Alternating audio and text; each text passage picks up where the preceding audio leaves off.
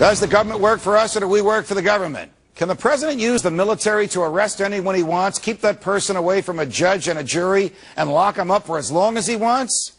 Tonight, the Senate's dark and terrifying vision of the Constitution. Congress is supposed to work in public. That requirement is in the Constitution. It's there because the folks who wrote the Constitution had suffered long and hard under the British Privy Council, a secret group that advised the king and really ran his government. We know from the now defunct Super Committee and other times when Congress has locked its doors that government loves secrecy and hates transparency. Transparency forces the government to answer to us. Secrecy lets it steal our liberty and our property behind our backs. Last week, while our minds were naturally on family and turkey and football, the Senate Armed Services Committee decided to meet in secret. Behind closed doors, it drafted an amendment to the bill appropriating money to run the Pentagon. The amendment would permit the president to use the military for law enforcement purposes in the United States. This, of course, would present a radical departure from any use to which the military has been put in the memory of any Americans now living. The federal government used the military on a regular basis for law enforcement was at the end of Reconstruction in the South.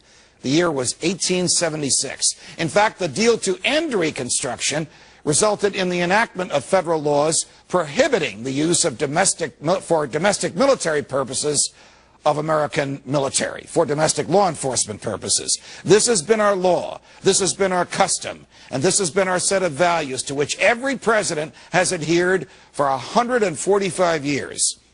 America, it is not for directing traffic that this legislation crafted in secret would authorize the president to use the military.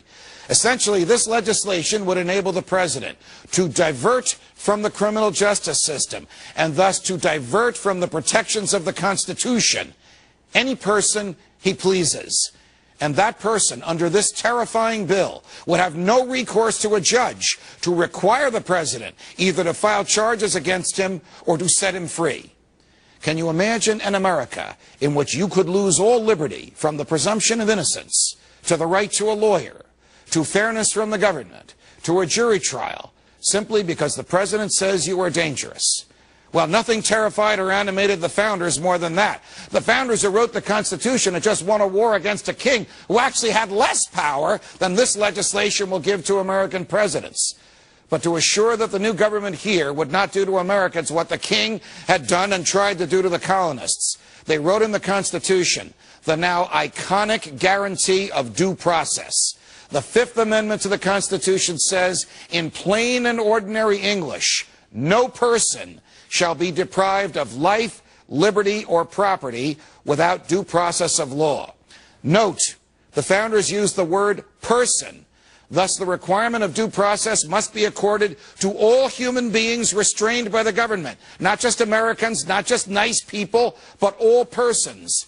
When Lincoln tried to defy this during the Civil War, the Supreme Court rejected him and ruled that the Constitution guarantees its protections to everyone that the government restrains, no matter the crime, no matter the charge, no matter the evidence, no matter the alleged danger. Think about this. The members of Congress who crafted this secret legislation have all taken a public oath to uphold the Constitution, and yet they have worked behind closed doors to undermine it. If you hired someone to protect your liberty and that person actually weakened your liberty, wouldn't you fire him? Of course you would. America, if this legislation becomes law, it will be dangerous for everyone to be right when the government is wrong. It will be dangerous for all of us. Just consider what any president could get away with if this amendment becomes the law. Who would he make disappear first? Might it be you? From New York, defending freedom. So long, America.